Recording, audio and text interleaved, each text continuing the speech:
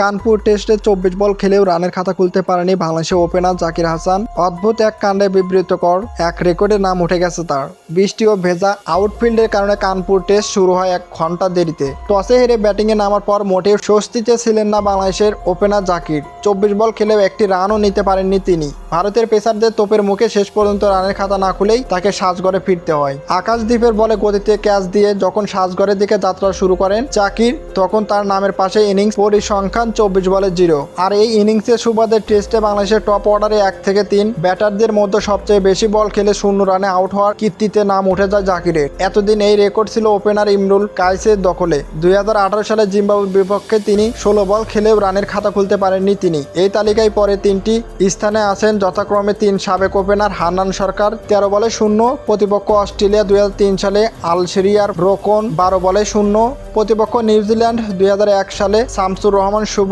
12 বলে 0 রান, প্রতিপক্ষ জিম্বাবুয়ে 2014